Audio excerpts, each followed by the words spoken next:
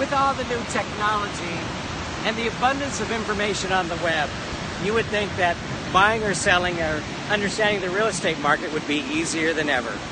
But ask yourself one question. Now that you've done your homework and you think you know what's going on, what do you do next? All right, talk about what do you do next. Now, what happened this morning was our broadcast was erased somehow, so I have to come on the air and do it all over again. I'm happy to do it.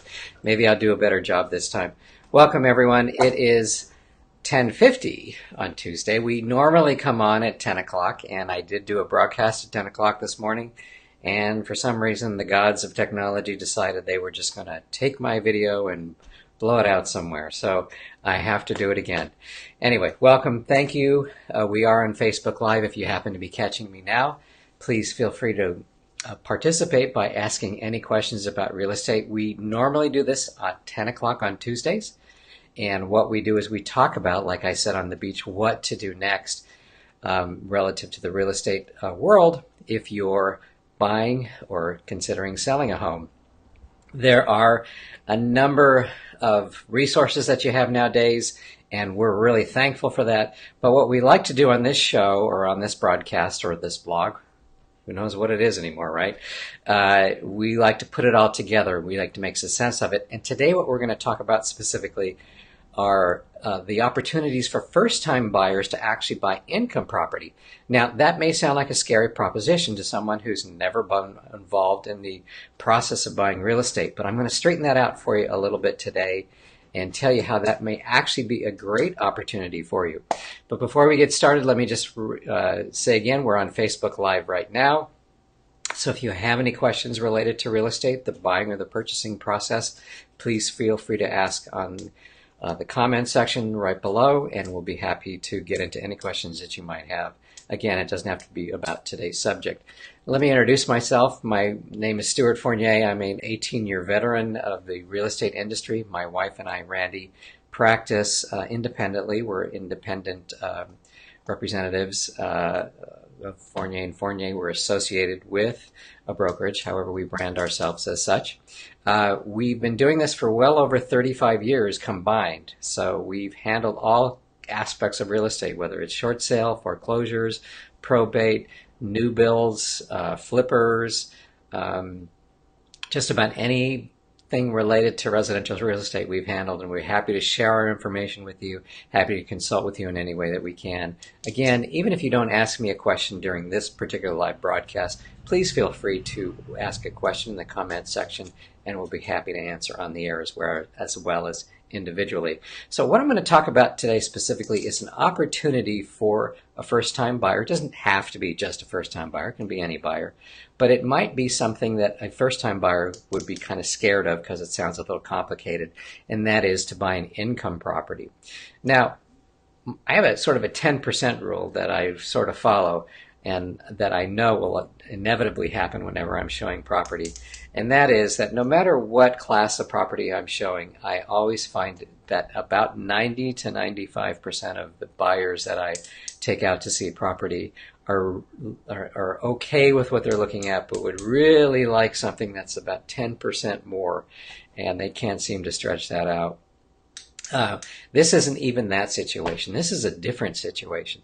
And this is a situation where you might be able to make offers on property that's way above what you originally thought your cost potential was. And so let me get into that and give you an example. A couple of years ago, I had a client that was looking in the $400,000 to $500,000 range, and she just wasn't seeing anything that she liked. Nothing was appealing to her. Nothing was jumping out at her. She felt like she would never find a property, never be happy, never find that, excitement build up in her and achieve what she really wanted to achieve. And so I told her, I said, there's an alternative, and that is to consider income property. Now, she looked at me like I was crazy, like, isn't that way more? And I said, yeah, it is, but here's the thing. And this is the most important point I want to make today in today's blog. You can take the income off of the property that you're going to buy as a duplex. Let me re-explain that. I didn't do that too well. If you buy a duplex, and you will now have income from the second unit, you can take that income and incorporate it into your overall income that you make, whether it's related to your job, related to any other assets that you may have, wherein you're qualifying for a loan. You can add that other unit's income to your overall income, thereby allowing yourself to get a larger loan. So in her case, she was actually able to buy from the $450,000 to $500,000 range to up her purchase actually to more like the $750,000 range, which opened up a whole different market for her, and it allowed her to purchase a property. So consider that. Consider that as a move. There are a lot of different programs that can apply to stretching your buy ability out without stretching you out financially. So there are a lot of programs out there. This is a very basic one. This is one that most realtors know about, and when they get into a situation like this, they impart this kind of an opportunity, which is really great. But that is a terrific opportunity for you to not only increase maybe the value that you're looking for, that is your buying power, but also get involved in what's really going to be considered an extremely profitable investment long term. We've talked about long term many, many times on this show, so I'll let you go back and see those videos to get a sense of what I'm talking about.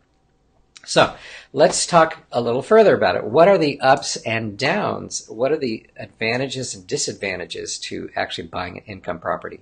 Now, let me get into the disadvantages. First of all, you will become a landlord. Now, that is its own responsibility. That's its own set of responsibilities that you're going to have to get into that will shape your lifestyle just a little bit. There are ways to handle that. Again, another video blog, and we can talk about that at length at another time. But that will change your lifestyle a little bit. The second disadvantage is that you will be living in tandem with somebody else on your property. And so you don't have necessarily the privacy that you would have for a single-family residence. I think that kind of speaks for itself. And then the third thing, and probably the thing that you would have to sacrifice the most, is the fact that you'll probably end up living in a smaller square footage area than you normally would in the same general geographic area, neighborhood, that is to say, that you'd be used to. So there's a sacrifice on that behalf too. But if you can make those three sacrifices, there are a lot of upsides to it. So let's get into that for an example. Now, in this particular example, she definitely wanted to stay in the area that she loved, the area that was most appealing to her, the area that she dreamed she would maybe stay in for the rest of her life. Now, what she was looking at was, unfortunately, or she would have been looking at, are places that were out of that area. Now she could stay in her neighborhood. So that's one thing. You'll probably be able to stay in the neighborhood that you actually want to move into or are already in. The other advantages are the equity in which you're going to gain long term. Now, what do I mean by that? What I mean by that is, obviously, if you buy a $450,000 to $500,000 house as opposed to an $750,000 or $800,000 house, long term your equity is going to increase simply because there's more value to the house. It only makes sense. So as time goes on, it's a great investment. It's a great long-term investment, maybe even a better long-term investment than a single-family residence. Now, here's another great advantage, that is even more so than a single family. When you buy an income property, it's considered a commercial property. So the IRS, and I'm not giving tax information, this is just knowledge that I'm aware of, is a little more lenient and a little more accepting of whatever your expenses are to keep the property up. So thereby, you're going to get more write-offs. You're going to receive more credits towards your potential income, and at the end of the year, a laundry list of things that you can actually write off. So this can help you this can help you financially, especially if you have a very high paying job where you're getting killed with taxes, income taxes. So what I would suggest is that when you consider buying an income property and actually close on your property, or even beforehand during the escrow period, is that you consult with a tax attorney or a CPA to find out how you can actually incorporate the write-offs, or the credits, I should say, write-offs and credits for your mortgage. I'm sorry, for your income.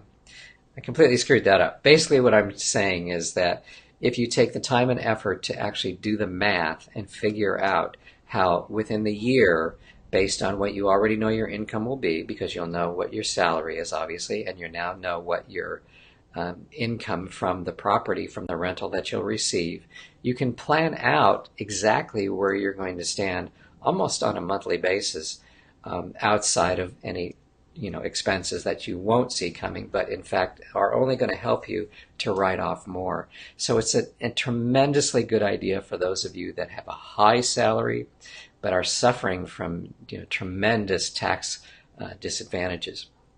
Now, here's another great advantage. If you decide to sell the property, if you decide to sell the duplex, triplex later on, you can actually parlay some of the capital gains, that is, some of the increased value that has happened over the course of the time that you've owned the property, with what we call a 1031 exchange. Now, 1031 exchange, that's a whole different blog. I'm not going to get into that right now. But basically what it does is allows you to defer the tax on the gain if in fact you sell this property and you decide to buy another property.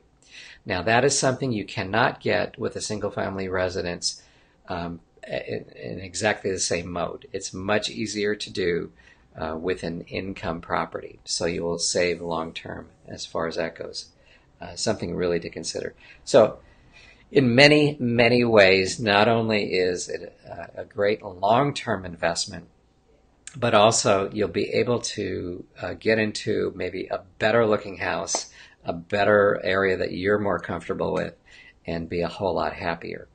So that's it for today. I'm keeping it short. I'm trying to do this under 15 minutes every 10 o'clock on Tuesday. If you have any questions right now, please feel free to ask. Again, anything related to real estate, residential real estate, I'm happy to answer. But before I go off the air, just one last thing, which we promote at the end of every one of our broadcasts. We have an app for you that is just a real jewel in the real estate app world, and I hope you take advantage of it. I really do. It's something, for some reason, I have a hard time getting people to do. It's a couple of steps to get it, but really it's kind of like Zillow right in your hand on steroids, and it's called the Fournier home site app. And what it does is it allows you to take a picture of any house in the country, any house in America, and it'll give you the value of that house. It'll give you the value of the houses next door to it. It'll give you the history of the house. It'll tell you about the schools in the area. It'll tell you if that house has an open house. Whether or not the house is on the market or not doesn't matter. You can still take a picture, and it'll give you the value. It does it for some commercial, although not very accurately in my opinion, but for housing it's actually pretty good. So Zillow and truly are kind of old school, believe it or not, nowadays. So please take advantage of the app. I will put a link to it. Give me your email address, and then we'll send you down the ability to just download the app. Now, one great thing about the app is if you have any questions, right on the app is your ability to talk to Randy and myself right on the phone.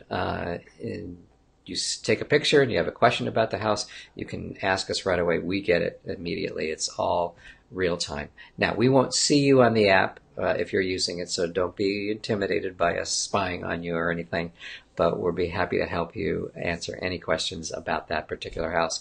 No matter where it is in the country, we do have an incredible network of people around the country that can help us, actually around the world. So if you have any questions, no matter where this video may end up being seen, please feel free to ask any questions. We'll be happy to guide you along the way.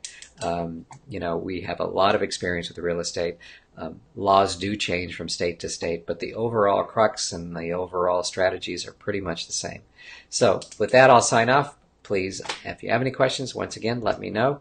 Happy to help. We'll see you next time, next Tuesday at 10 o'clock, everyone. Bye-bye.